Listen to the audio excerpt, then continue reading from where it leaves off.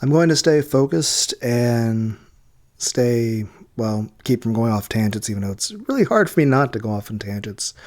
I did plenty of that in the first part of this, and I at least explained whatever, views would be pertinent to, any of this. But that being said, I believe strongly in God, but I don't believe anyone should be punished in this life or the next for who they do or do not believe in. But I also do believe that it's good for people to believe in God and Jesus. And I believe it's important that even if you're somebody who is an atheist or doesn't believe in the same God as me, I think it would still be very valuable to you to spend time reading the Bible or learning about it. Even if, say, you're an atheist and you don't believe at all. So, if anything, my main thing is just to encourage people to just read the Bible. That's it. Other than that, I'm always open to discussions about things, as long as people are polite and respectful. If you start typing racial slurs and stuff, I'll have to delete that. Anyway, I'm just going to read Judges chapter 2, which I know in general the idea of this would be writing down a bulleted point list of the kill count, basically everyone who dies or gets injured or something bad happens. Also, anytime they do anything that would be considered necessarily bad, though I didn't write a bulleted point list for this because it was just a very short thing, though I do have a website pulled up called BibleTruthPublishers.com. It's different than the website I mentioned in part 1, which we will come back to at some point. But this and a link off of this, I think I'll read a bit of. But main thing that was really just wrong that was committed in this one was just idolatry, making idols, worshiping other gods, child and human sacrifice. Pretty much. Okay, I'm going to get to reading. Judges chapter 2. And an angel of the Lord came up from Gilgal to Bochim, and said, I made you to go up out of Egypt, and have brought you onto the land which I swear unto your fathers. And I said, I will never break my covenant with you. And ye shall make no league with the inhabitants of this land. Ye shall throw down their altars, but ye have not obeyed my voice. Why have ye done this? Wherefore I also said, I will not drive them out from before you, but they shall be as thorns in your sides, and their gods shall be a snare unto you. And it came to pass, when the angel of the Lord spake these words unto all the children of Israel, that the people lifted up their voice and wept. And they called the name of that place Bochim, and they sacrificed there unto the Lord. And when Joshua had let the people go, the children of Israel went every man unto his inheritance to possess the land. And the people served the Lord all the days of Joshua, and all the days of the elders who outlived Joshua, and who had seen all the great works of the Lord, that he had did for Israel. And Joshua the son of Nun, the servant of the Lord, died, being 110 years old. And I think he was 40 or 50 when Moses died. So give an extra 10 years or so for the elders. I would assume around 80 years passed since the death of Moses at this point, but I don't actually know. And they buried him in the border of his inheritance in Timnath-Heres and the mount of Ephraim, on the north side of the hill of Gaash. And also all that generation were gathered unto their fathers. And there arose another generation after them, which knew not the Lord, nor yet the works which he had done for Israel. And the children of Israel did evil in the sight of the Lord, and served Baalim, which, from what I looked up, as you guys can see on here, it's the plural word of the word baal, which, like I said, we'll read this side a bit to give some context. I lost my place there we are. And they forsook the Lord God of their fathers, which brought them out of the land of Egypt, and followed other gods, and the gods of the people that were round about them, and bowed themselves unto them, and provoked the Lord to anger. And they forsook the Lord, and served Baal and Ashtaroth. And the anger of the Lord was hot against Israel, and he delivered them into the hands of spoilers that spoiled them, and he sold them into the hands of their enemies round about, so that they could not any longer stand before their enemies. Whithersoever they went out, the hand of the Lord was against them for evil. as the Lord had said, and as the Lord had sworn unto them, and as they were greatly distressed. Nevertheless the Lord raised up judges, which delivered them out of the hand of those that spoiled them. And yet they would not hearken unto their judges, but they went a-whoring after other gods, and bowed themselves unto them. They turned quickly out of the way which their fathers walked in, obeying the commandments of the Lord. But they did not so. And when the Lord raised them up judges, then the Lord was with the judge, and delivered them out of the hand of the enemies all the days of the judge. For it repented the Lord, because of their groanings by reason of them that oppressed them and vexed them. And it came to pass, when the judge was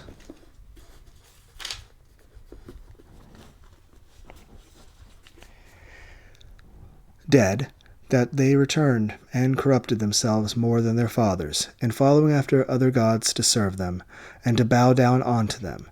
They ceased not from their own doings, nor from their stubborn way. And the anger of the Lord was hot against Israel. And he said, Because that this people have transgressed my covenant, which I commanded their fathers, and have not hearkened unto my voice, I also will not henceforth drive out any forth before them of the nations which Joshua left when he died, that through them I may prove Israel, whether they will keep the way of the Lord to walk therein, as their fathers did keep it, or not. Therefore the Lord left those nations without driving them out hastily, neither delivered he them into the hand of Joshua. Okay, let's minimize this so I can actually read this.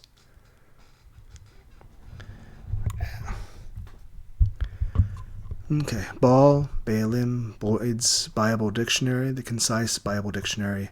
The name signifies master, possessor. Whether singular or plural, it always has the article, the chief male god of the Phoenicians and the Canaanites, as Ashtaroth was the chief female goddess. The Israelites, in coming into the land, doubtless found temples, groves, altars, high places set apart to Baal. Incense was offered and offerings burnt, and children were sacrificed to him, while a great retinue of prophets and priests was maintained in his service, as is manifest by its revival afterward in Numbers 22:41, 1 Kings 18:22, Jeremiah 11:13, Jeremiah 19:5, and Jeremiah 32:29. The children of Israel were soon led away to the worship of Baal. Judges 2:11-13, Judges 3:7, Judges 6:31 through 32, Judges 8:33, Judges 10:6 and 10, and though under Samuel they relinquished it, 1 Samuel 7:4, 1 Samuel 12:10, yet after the division of the kingdom it was by Ahab fully established in Israel, 1 Kings 16:32. Elijah, however, stood for Jehovah, and raised the question of Israel whether Jehovah was God or whether Baal, and established the rights of Jehovah by fire from heaven. This led to the destruction of all prophets of Baal, 1 Kings 18:17 through 40. But his idolatrous worship continued until the days of Jehu, who slew his worshippers and destroyed his house and images, 2 Kings 10:18 through 28. It, however, revived again in Israel, and under Ahaziah and Athaliah, and yes, I can't pronounce any of that correctly, extended also to Judah. And during the reigns of Ahaz and Manasseh, worshippers of Baal are found there. 2 Kings 11:18, 2 Kings 16:3 through 4, 2 Kings 17:16 through 17, 2 Kings 21:3. Thus did Satan succeed in leading aside to idolatry God's favored people for whom he had done so much. Baalim's advice was only too successful, the women of Canaan being the snare that led to idolatry. The word Baal is used several compounds, at times referring to the god, in other cases to persons or places. Jackson's Dictionary of Scripture proper names, the Lord as master owner, Baal, from manners and customs of the Bible, Numbers 22:41. It came to pass on the morrow that Balak took Balaam and brought him up into the high place of Baal. The word Baal signifies Lord, not so much in the sense of ruler as possessor or owner. The name was given to the principal male deity of the Phoenicians, corresponding to Bel or Bolus of the Babylonians. See note on Isaiah 46:1.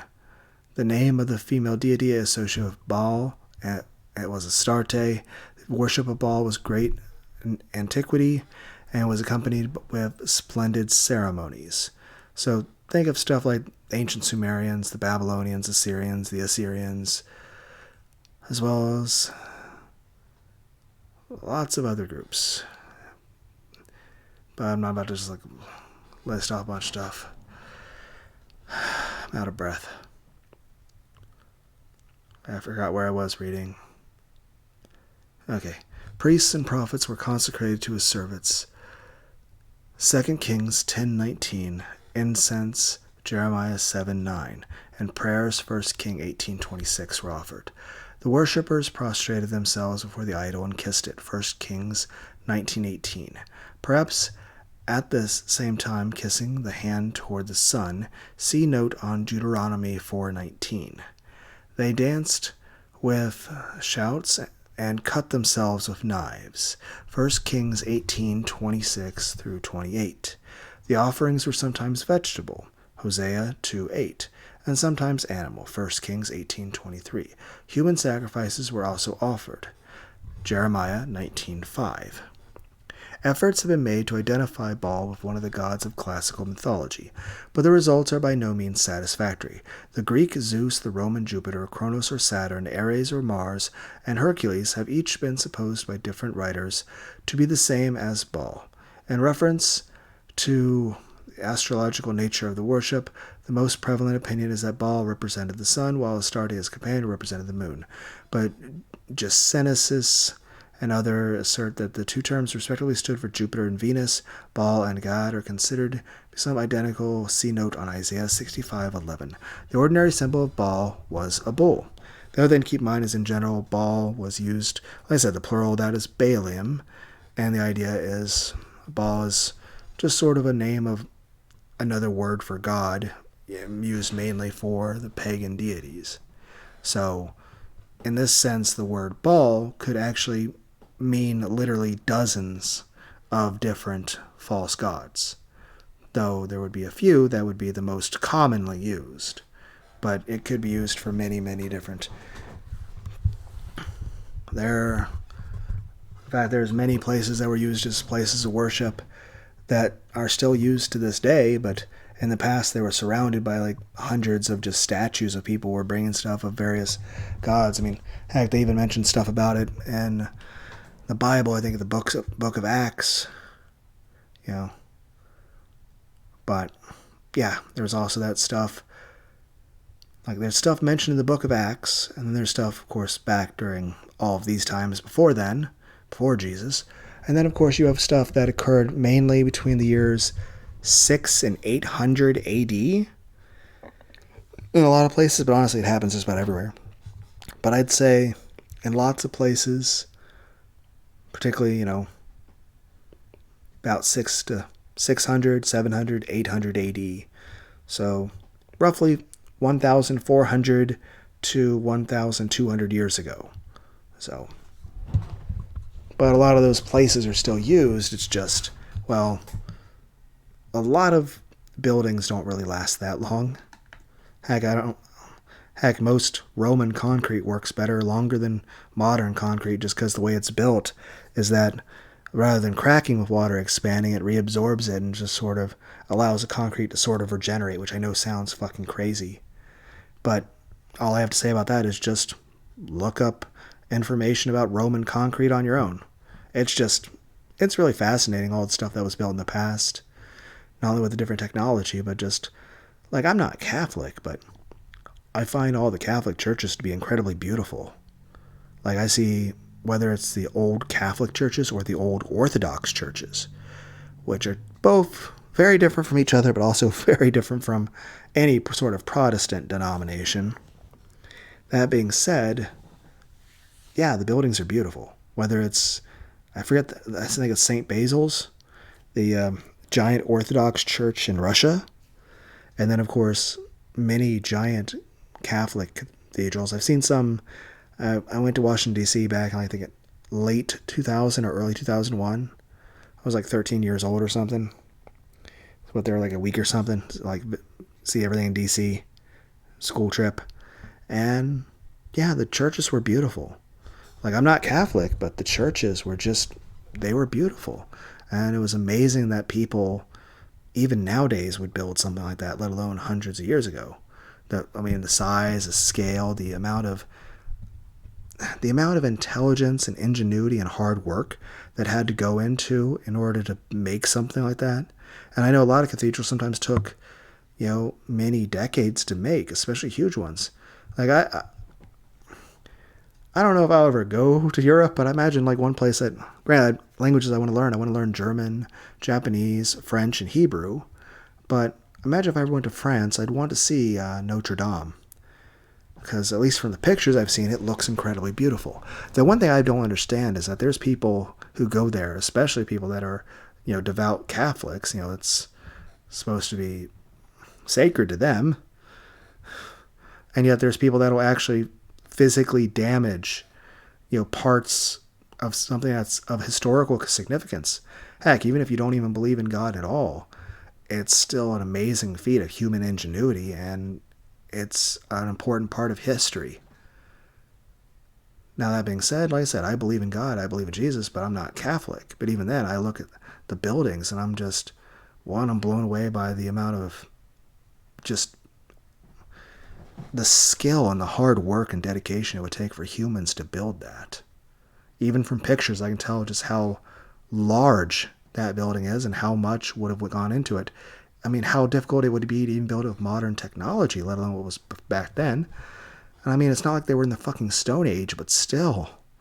I mean, the logistics of that is, I can't even begin to understand.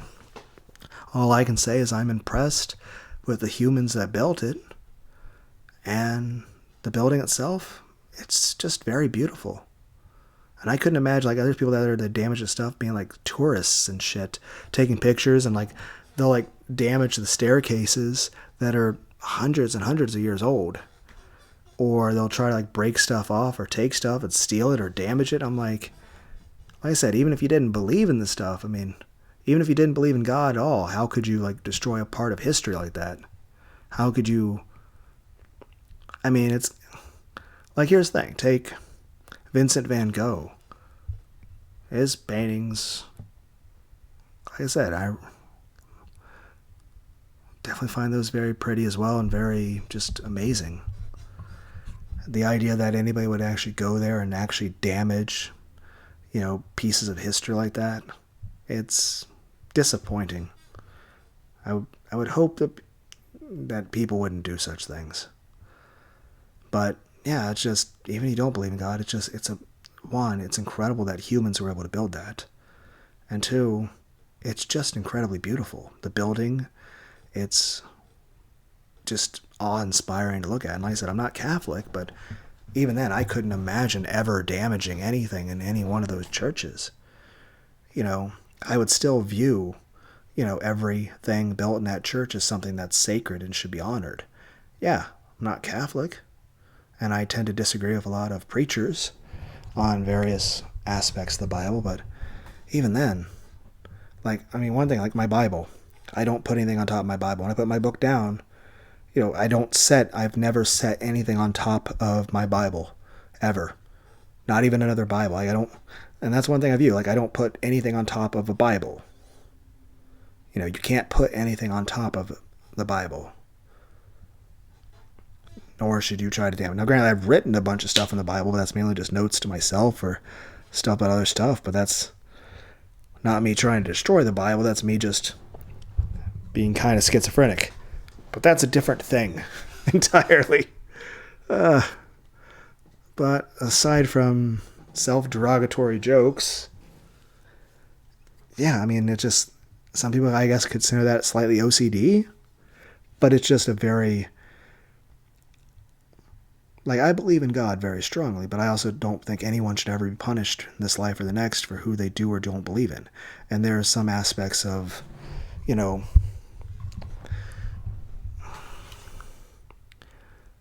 certain traditional beliefs that were held back 4,000 years ago that I disagree with, and I've gone into detail in the past, not only to explain my own personal feelings on the matter, but to also justify it using the Bible and other sources. Simply because I tend to have an obsessive thought about things, and so it's like, okay, I tend to, like, if I get fixated on something, I'll explore it in depth. It's like I can't stay as focused on one subject very well, and I just sort of hop around and everything. Like, I don't know if I have ADHD. I don't know if I have autism. I've never really been tested, though every online test I've ever done is like, you have that very strongly. Like, it's like every time I did like an autism or a ADHD test online, it was like, you are extremely autistic. You are extremely ADHD. And I'm like, what do you know? You're the internet. It's like, I might as well just take a personality quiz. Which Naruto character are you?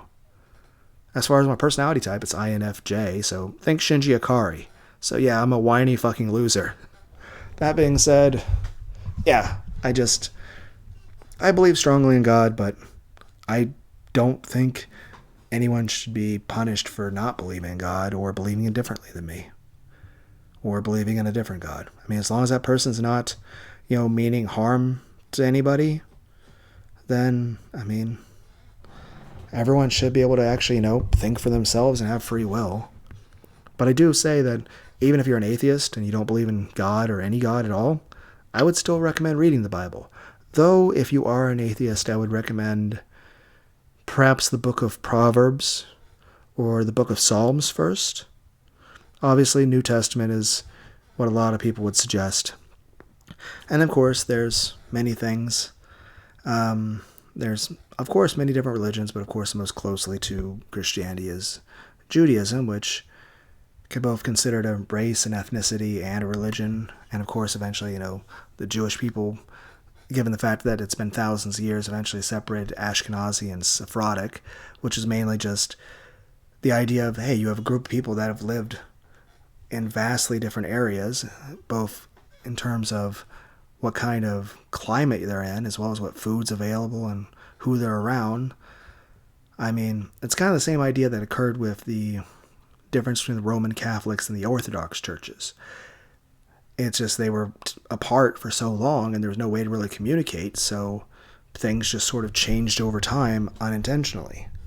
Now, it's not to say either thing is wrong, it's just you can't leave a group of people alone for 1,000 years and expect no change to occur. I mean, it's difficult to read like the old Shakespeare English, and I'm sure Shakespeare, if you like took him now and had him like read like stuff written in 2024, Shakespeare probably wouldn't be able to make sense of what's being said. And no, I'm not making like silly little, generational jokes like, oh, skibbity riz, phantom tax, stupid joke. I mean, literally a normal person talking or normal reading. Like if you just gave him, heck, just Edgar Allan Poe, that's not even like the author of that's been dead for a while. But then again, I'm just a big person who's advocate of reading everything you can. Like, I'll read stuff about Greek mythology. I am a big supporter of the story of the Odyssey, especially the movie. The Odyssey is 3 hours long, stars Armand Assante. Or there's also the story of Don Quixote, which I've explained before, but I've described it as, it took a few thousand words for me to describe it, but Don Quixote is basically a otaku weeb.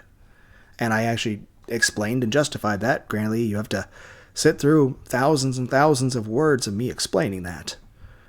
I'm just saying, I think it's really important for people to read books. But then I'm the kind of person who'll read light novels, manga, anime. And yes, I'll actually read anime. That's a bit awkward, but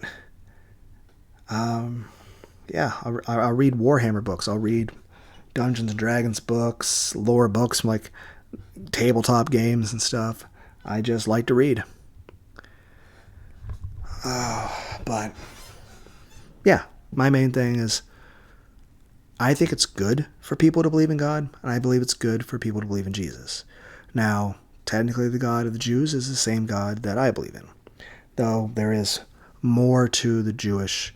I mean, technically you have people would consider like the Old Testament to be their Bible, but at the same time, like the same way the Christian Bible has gone through a lot of changes. There wasn't really an official codex of what was Christian works, like 300 years after the death of Christ, and that was, done by, Rome, and then for a long time everything was in Latin, so usually only a priest could read anything, and it's gone through multiple languages, and then of course there's technically a Greek Orthodox version of the Christian Bible. There's also a Catholic version that has multiple books that do not exist in a Protestant version, as well as many of the books that do exist have certain verses that are left out in a version that you would have in any Protestant church.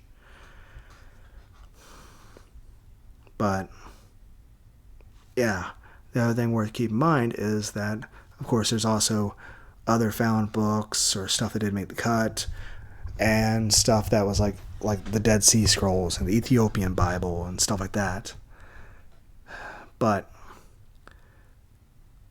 And of course you have to keep in mind the whole issue with the Protestant Reformation, Martin Luther, the other books he wrote, and a lot of the discussions that were happening then about why the Reformation happened. So that brings up very big concerns about a lot of things in terms of how corrupt did the church become back, 500 years ago. Beyond that, the other worth saying is like with the Jewish Bible. Like, you would say the Old Testament, but there's like 3 separations of it. There's the Torah, which is the Nava, or the Pentateuch, if I'm pronouncing that right. And of course, I might be remembering this wrong. Torah being the first 5 books, Genesis, Exodus, I can't remember the order. I think it's Deuteronomy, Leviticus, Numbers. I can't remember. Then, of course, the rest of it is you have the books of the prophetic writings and then the books of history. So, can't remember. One's called the Mishnah, and the other one's starts with the letter V, and I can't remember what it is. Then there's also stuff called the Talmud and the Midrash, which I can't remember the difference between the two, but there's a huge important difference. Like, they are very different things. It's like not even remotely the same, but they're both, Jewish doctrine.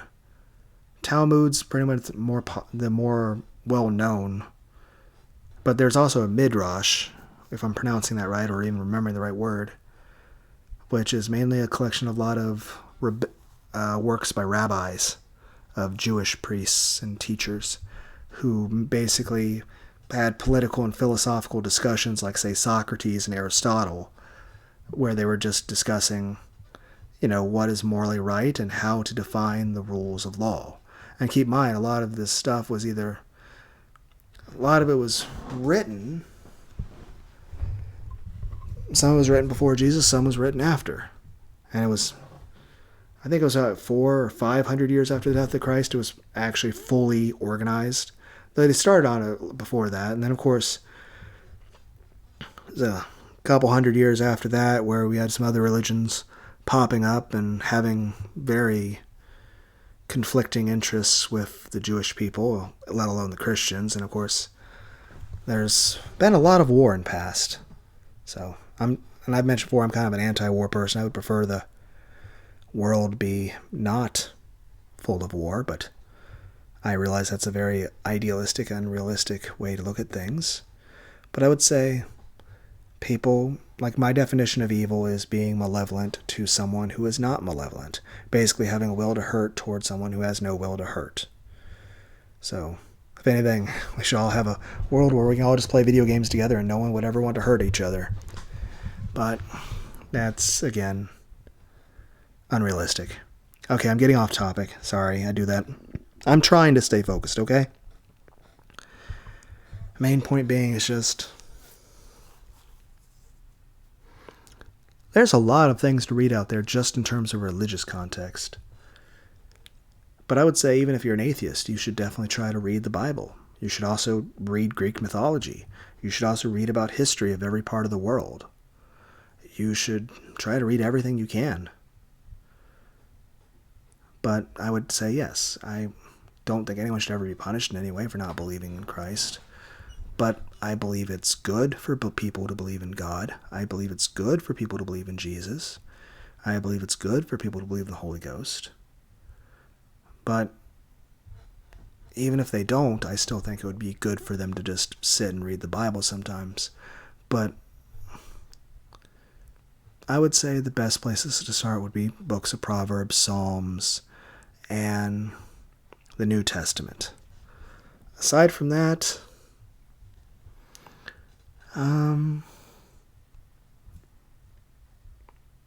I'd say books of, like, say, Samuel, Kings, and Chronicles would be good ones. Also, Song of Solomon, Book of Lamentations. Those would be good ones. Ecclesiastes. Ezekiel. So, if I'm remembering that right. But I would say a good starting point would just be, Psalms, Proverbs, New Testament. And I'd say the New Testament, the best place to be would be just the Gospels. I would say particularly Matthew, Mark, and Luke. John eventually, but I would say Matthew, Mark, Luke, Proverbs, and Psalms. And Proverbs, just a collection of wise sayings, which, again, even if you don't believe in God, there could be very useful information you can glean out of that would be beneficial to your life. Or that Psalms is a collection of poetry. And in general, I think poetry is... Yes, I know I'm a weeb, and I'm an adult who talks to stuffed... I'm an adult who talks to stuffed animals, and I read poetry. I listen to nightcore music, okay? I listen to Metallica, and Perfect Circle, and Tool, and Korn, and Disturbed, and System of a Down. I like music, okay? I like Infected Mushroom. I like Linkin Park. I like listening to music of a lot of different genres, but you at least see a sort of pattern in what I listen to. Rock, industrial, metal. Heck, Rammstein, Icebreaker, ES Nomine, ES Posthumous. But I would definitely say like Korn, Disturbed, System of a Down, Nickelback, Linkin Park, Infected Mushroom, Tool, Perfect Circle, Smile Empty Soul, I don't know, Trapped, Limp Bizkit, Eminem, I don't know, Roy Jones Jr., Waka Flocka, Borgore. It's like everyone now we're going to like rappers and stuff, but I'm just saying, I like music, I like poetry. So, but I would just say, even if you don't believe in God, I would think it would be just good for you to sit and read it sometimes. But then again, I would also suggest reading Greek mythology and reading like the Odyssey and reading the Canterbury Tales and reading mangas and light novels. In general, read everything, but I would definitely suggest read the Bible. But again, if you're new to it, there's a lot of stuff that would be a bit odd to get into. So it would be a lot easier for you to get into reading like Matthew, Mark, Luke in the New Testament, or Psalms and Proverbs out of the Old Testament. Also potentially say Song of Solomon, Ecclesiastes, Song of Lamentations, stuff like that. But yeah, Psalms, Proverbs, Matthew, Mark, Luke. What was I can't remember. I was going to say something and I can't remember what it was.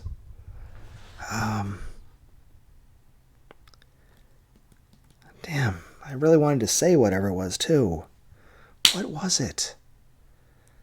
Fuck. I can't remember. What was I talking about? There was something important, I think. I can't remember. Oh, this irritates me. I'm in the middle of saying something, and then I'm like, okay, I need to finish this one point. Then I come back to the other point I was going to say, and I can't remember what it is. I'm just like drawing a complete blank. I don't know. I really wanted to know, and I know I didn't even say any words to give myself a hint. So if anyone re-listen this, I won't know what I was talking about. I don't know what I was going to say. What was I even talking about? I think I was trying to suggest where people start to read or something. I don't know. I don't know. But it does remind me. Like, I'm giving you guys suggestions like what to read in the Bible that would be more palpable. More Palpatine. More Emperor Palpatine. I'm going to try to not go into trying doing fucking Star Wars impersonations. Tried that before. It was horrible. My voice acting was bad. But, like, I suggest Rammstein as a band to people a lot because I think it's an amazing band. But if I do, I usually suggest something I think is more digestible, more normal. So I'll like suggest Benzene. It's a song where the band Rammstein is a music video, and they're driving a giant monster fire truck and crashing through stuff. It's just cool and it's awesome and it's a lot of fun. That's a good thing to suggest to people. I'm not going to suggest things like Mein Herr's Brent or Mein Teil or Son or Mutter or quite a few other songs where I think if people watch those music videos as their first introduction to Rammstein, I don't think they would ever watch any more Rammstein. I feel like that would freak them out and they would think like Rammstein's like terrible people and stuff, and they'd be like all grossed out and bothered because some of those music videos are a bit extreme. And so that's not what I would start people with. I would be like, hey, you're going to watch some Rammstein? Here's Benzene. It's a cool thing. Heck, I'll put a link to it in the description. I'll even copy and paste it and put it in the comments so you guys can watch the Benzene music video. It's awesome, and I like music, okay? I like to read. I like poetry. I like poetry of all kinds. I mean, heck, I read the whole, like, Where the Sidewalk Ends things in the past. I'm just saying I like to read. Anyway, I should probably get back to this. Sorry, I got off topic. I'm trying to stay focused. I'm at least much more focused on this than I was in the previous video. But the previous video was me, the part 1 of the Judges, chapter 1, was me introducing the idea of what I'm doing, which is reading through a chapter of the Bible and doing a sort of concise explanation of anybody that dies or gets hurt or any sort of wrongdoing or sin or evil that occurs. I also mentioned another website that was very interesting that I will return to at some point. I can't really remember the exact name of it off the top of my head, but we'll come back to it at some point. Probably in between books, so maybe at the end of Judges. But I guess I'll finish this. Okay. The ordinary symbol of Baal was a bull. Baal power, again, I don't know how to pronounce things, for manners and customs of the Bible, Numbers 25:3, Israel joined himself unto Baal Peor. The worship of this special form of Baal is generally supposed to have been accompanied with obscene rites. This seems to be indicated in this chapter. Some consider Baal to be the same as chemosh. And again, this was Numbers chapter 25, verse 3. Now, real quick, let's click on the chemosh thing. We'll read that real quick. Boyd's Bible Dictionary, national god of Moab, Ani, Ammon, Numbers 21, 29, Judges 11, 23, 24, 1 Kings 11, 7, 2 Kings 23, 13, concise Bible, one of the chief gods of the Moabites, the Ammonites, the worship of which was introduced at Jerusalem by Solomon and abolished by Josiah, Numbers 21, 29, Judges 11, 24, 1 Kings 11, 7, 33, 2 Kings 23, 13, Jeremiah 48, 7, 13, 46. On the Moabite stone, this god is mentioned. The king, referring to the king of Israel, says chemosh, drove him before my sight. The Strong's Dictionary of Hebrew Words, number 3645, find all occurrences in King James Version Bible. Transliteration, a word I have no idea how to pronounce. Chemosh, I guess phonetics help with that. Meaning, Jeremiah 48:7. Chemosh, from an unused root meaning to subdue, the powerful. Chemosh, the god of Moabites. King James Version usage, chemosh. Jackson Dictionary, as if departing as if feeling. Potts Bible, proper names.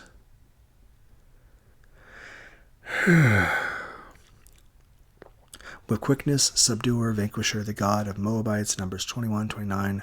Come, celeritate. From manners and customs of the Bible. Numbers 21:29. Woe to thee, Moab! Thou art undone, O people of Chemosh. Chemosh. Chemosh was a national god of the Moabites, and hence they are all called in this text. And in Jeremiah 48:46, the people of Chemosh, he was also worshipped by the Ammonites. Judges 11:24. Solomon built high places of Chemosh and Molech in the neighborhood of Jerusalem. 1 Kings 11:7. Nothing definite is known concerning this god or the mode of his worship. There is an old Jewish tradition that he was worshipped under the form of a black stone, and another that his worshippers were bareheaded and refused to wear garments that were made by use of a needle. Chemosh is also mentioned in Jeremiah 48:7-13. His name is found on the celebrated Moabite stone. Okay, we will go back and scroll down.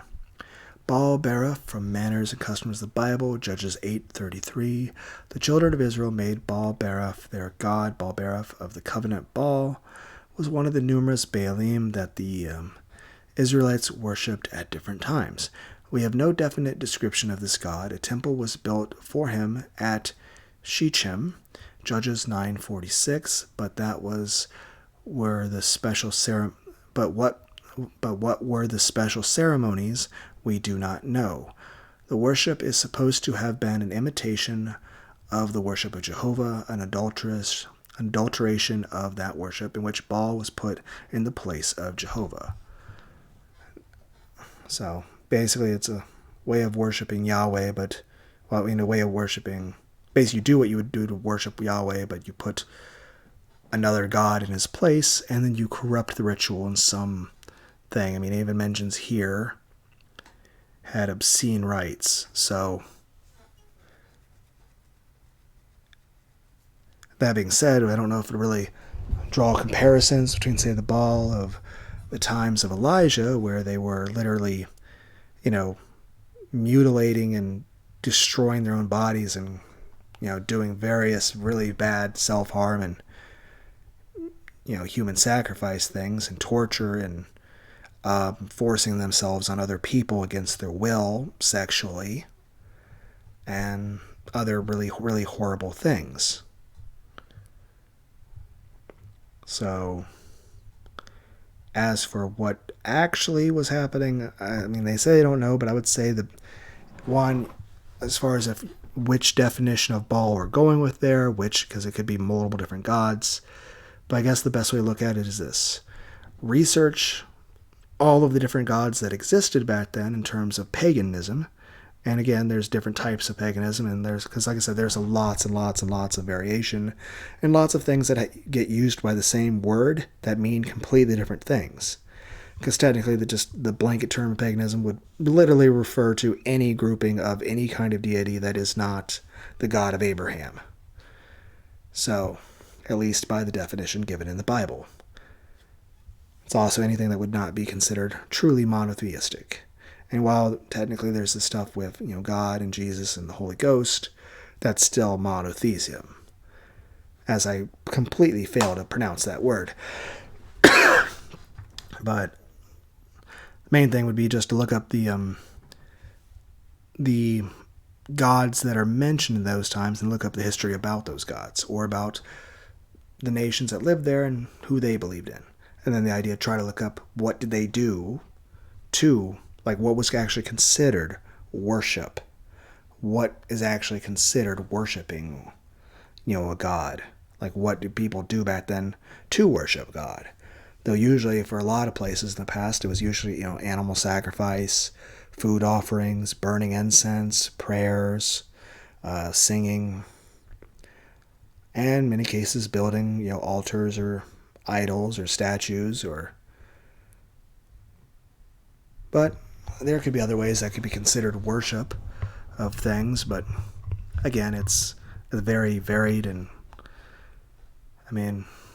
it changes from group to people, and especially as much time as human history has gone by. Heck, I wouldn't say it's ever happened, but honestly, if humanity's lived as long as certain scientists say we could have, we literally could have had the events of a fucking Lord of the Rings occur twice, and we wouldn't know.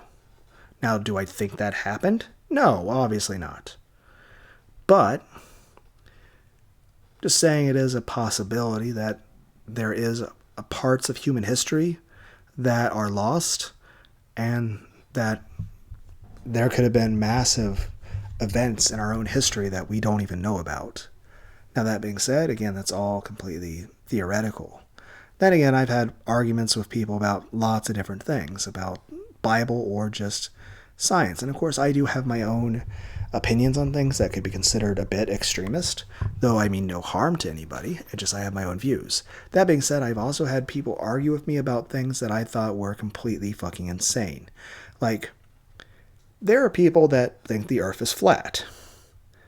And I don't know how people think that. Then again, there are still people out there that think the earth has the sun orbiting around it. Then again, there are also people who believe gravity doesn't exist. I'll sometimes even make jokes about that with people like, gravity is still just a theory. Though I am being a bit tongue-in-cheek about that, because the idea being that whether we're talking Newtonian or quantum physics, we're never really fully, understanding how things work.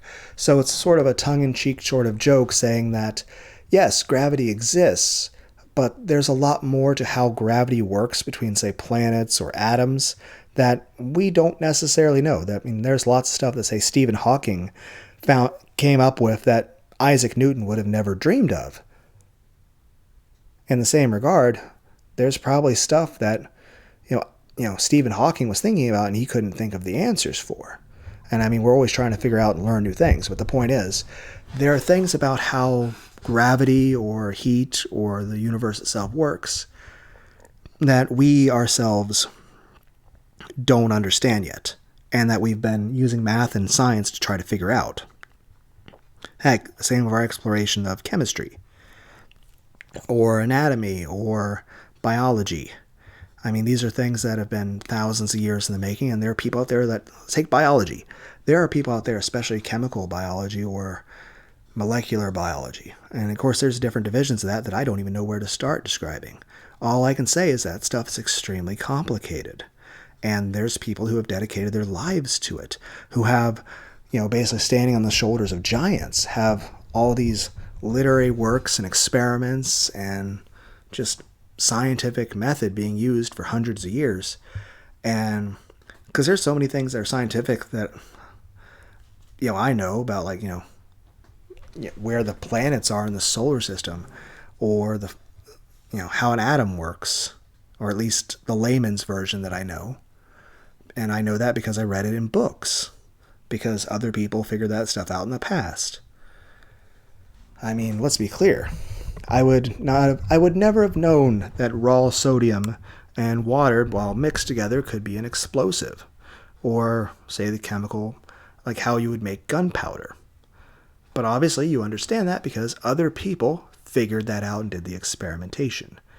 technically TNT and nitroglycerin are different things. If I remember correctly, nitroglycerin is the much more volatile version of it, and TNT is the much more stable version of it. That's sort of a yellow powder that's so freaking stable that many people don't even know it's explosive. Like, they'll use it to dye their clothes, to turn their clothes yellow, I think. And they don't even know it's, explosive. They just think, hey, this is a cool color of paint. I'll make my clothes yellow. The end. Then again, there's so many times we've found like radioactive stuff that people didn't understand. Radiation. But could you imagine explaining that to people in the past? Oh, by the way, don't hold this rock. It emits invisible rays of light that will fry your cells. Then again, they would probably think you're insane for just trying to explain the concept of a cell. The idea of the human body being made of all these, basically, heck, the person who first described the idea of microorganisms a couple hundred years ago, they locked him in a mental asylum. Heck, Galileo was literally threatened with being considered a heretic for saying that the earth goes around the sun. Basically, at that point, it's just like you don't disagree with the church. And that's another thing I don't like, is just the idea of where people can't have open discussion about things. Like, I think when it comes to philosophy, as long as people are being respectful, there shouldn't be any question that's off limits. When it comes to trying to understand something that's scientific or philosophical, well, every question should be, valid to ask, as long as it's meant in good faith. And by that, I don't mean in regard to, oh, you have to believe the same God as I do. I mean, you have to be coming at it from a direction of just wanting to learn. Like, you're not caring about what your own personal biases are. You're just trying to learn. I mean, heck, take one of the big issues that Jesus had with the Pharisees and Sadducees. Sadducees were the people that didn't believe in an afterlife, and the Pharisees were the people that were concerned with their own holiness, what people thought of them, of their reputations, and following the law to the letter. Whereas I think it's more important to follow the law and understanding that why did a law exist and what was the purpose of it. In fact, many of the laws that existed back then existed for the purpose of efficiency, not ethics. It was about how to run a society effectively and make it powerful, for a nation to survive in a time before antibiotics existed, where it's surrounded by enemies that want to genocide them. So it's about efficiency, not ethics. In general, my own personal morality, I do just try to run that by, what is logical and what is kind, what is common sense, what is compassion. But in general, it's the idea of not wanting to cause harm to anybody and just trying to use common sense. But again, there's so many people that have a very different view on common sense, and especially in the past, people would have had a very different view on that as well. But yeah, I just think it's important to just read and think about things and try to question everything. Because after all, how can you be certain about anything if you can't, doubt things? And the day is this. You can't just go in blind faith. You have to be able to doubt everything you believe and think about it critically. After all, it's only by doubting everything that you're actually really able to truly, be sure of what you think and feel. But that being said, all things said, I have my belief in God. I believe in God. I believe in Jesus. But of course, I disagree with certain aspects of the Bible. But like I said, I've explained that in depth before, and I'm trying not to ramble on too long, because this is already becoming a very long video of me not staying on a proper tangent. And now, of course, I know people would say that I don't really sound like the most scientific person in the world as I stand up to stretch, because a lot of people would say, well, I believe in a being that many people would feel there is no scientific proof for, and the fact that I believe in angels, ghosts, demons, and I'm not opposed to the idea that aliens exist. As far as I'm concerned, if aliens exist, it just means God made them too. Beyond that, I'm not exactly against the idea of the existence of artificial intelligence, though I am aware that comes with its own myriad of risks and dangers. And of course, I've made multiple jokes about that in the past, which, not entirely jokes, but basically hentai-related, comments. Point being, in general, I think the idea of AI is good, but there's lots of one, questions of whether or not it would destroy humanity. Two, whether or not it's ethical. And three, about if there ever were sentient AI, what determines what counts as sentience. And at that point, human rights for, sentient beings. Because, at that point, you're still dealing with a sentient being with thoughts and feelings.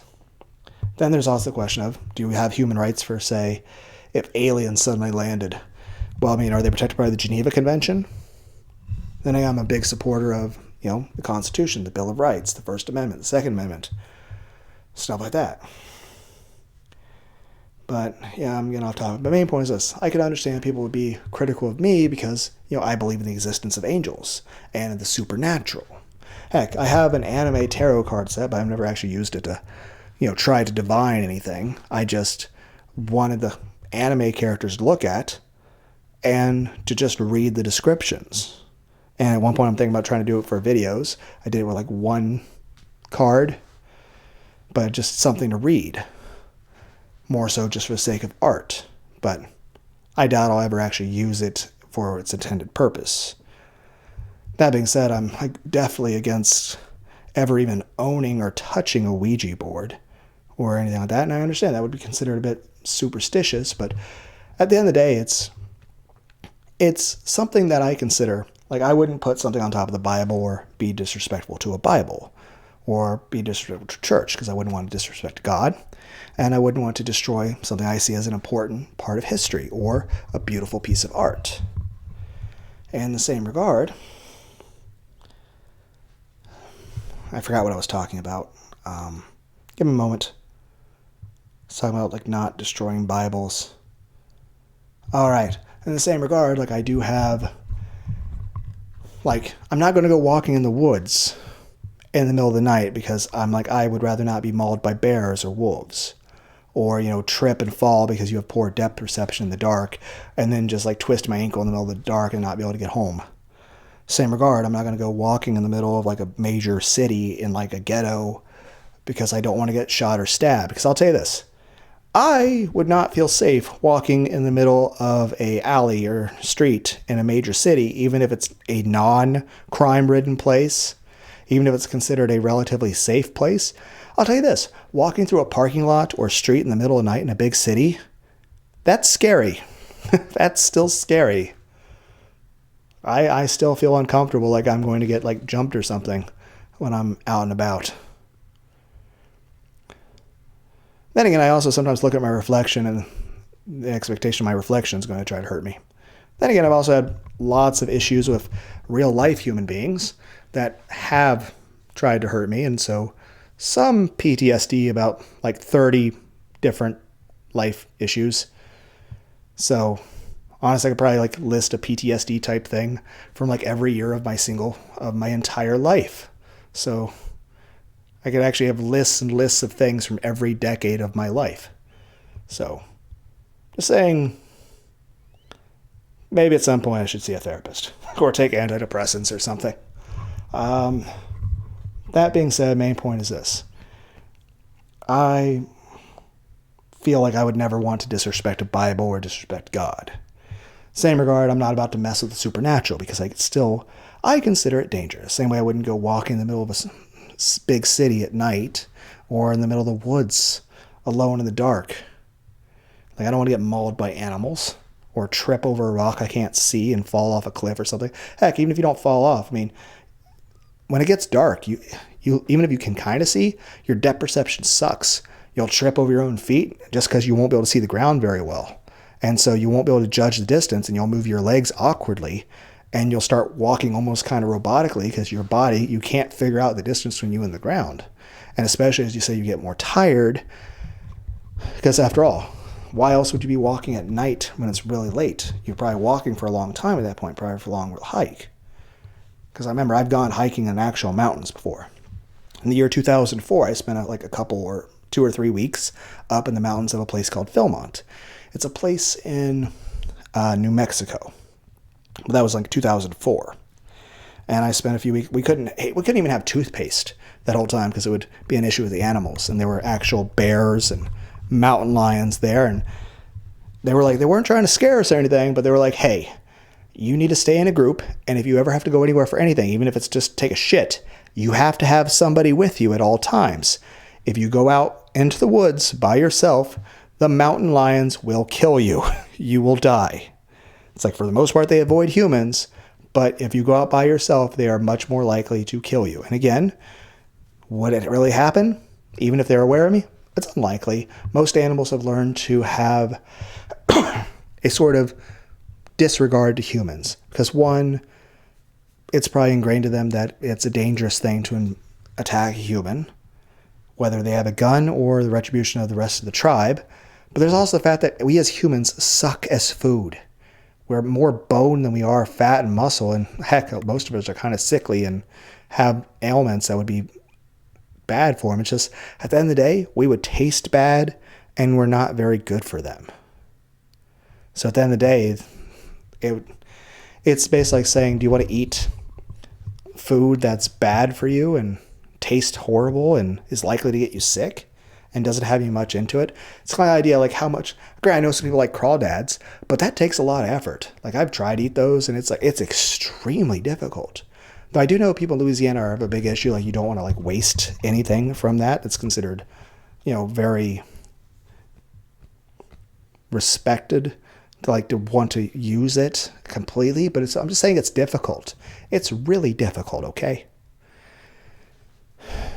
But heck, take, I think it was about 200 years ago or so. I can't remember the exact years, but it was like 1800s or something. It was in Africa.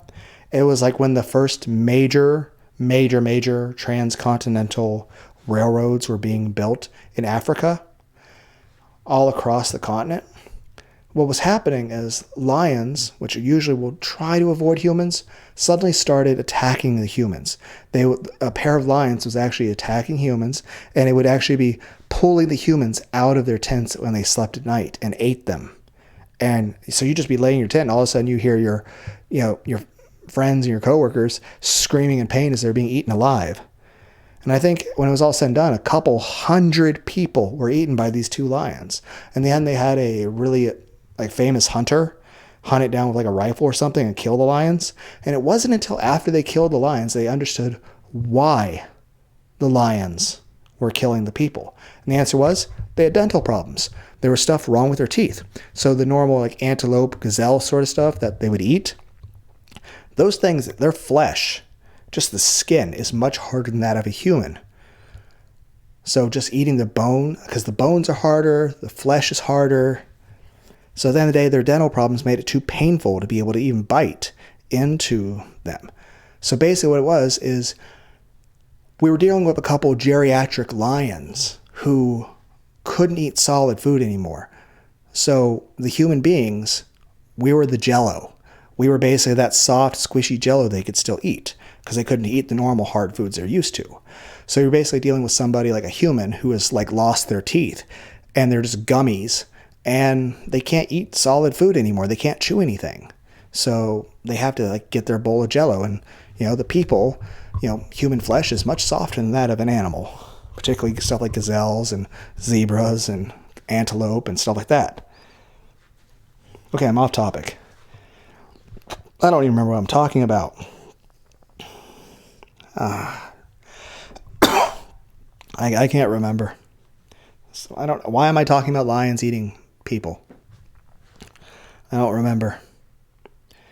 I'm trying to trace back where we're now I just want to talk about trains.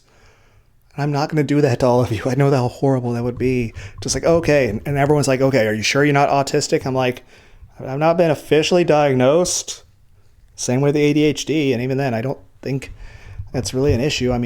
It doesn't cause any problems. Like I said, if anything, maybe one day I'll start taking antidepressants. But, yeah, what the fuck am I talking about? I don't remember.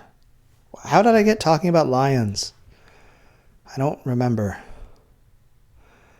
Yeah, I don't remember what I was talking about. I'm trying to remember. Trying to think how I got on a topic about Jell-O. I don't remember. And I'm not going to subject you guys to talking about trains. That'd be awful of me. I can't remember what I was talking about. So I'm sorry. I can't remember. My short-term memory is getting worse and worse, and I sometimes forget what I'm talking about.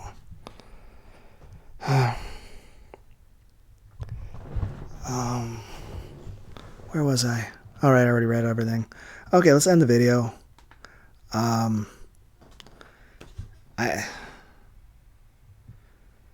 I can't remember what I was talking. I felt like I had more things to say, but I can't remember.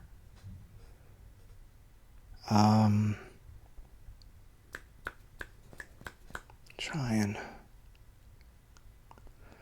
I can't remember. But anyway, I hope everyone out there has a good day, and sleep well, everybody. Yeah, I'm still trying to remember. Anyway, I said I was going to put a link in the description, too. Benzene, Rammstein. Okay. But what was the third thing I was going to talk about? I can't remember. It's an hour and 5 minutes in. So, whatever I said, probably around 58 minutes. I can look at that and maybe I'll remember where I was going to talk about or something. I don't know. Later, guys. This is Lunar D8 signing out.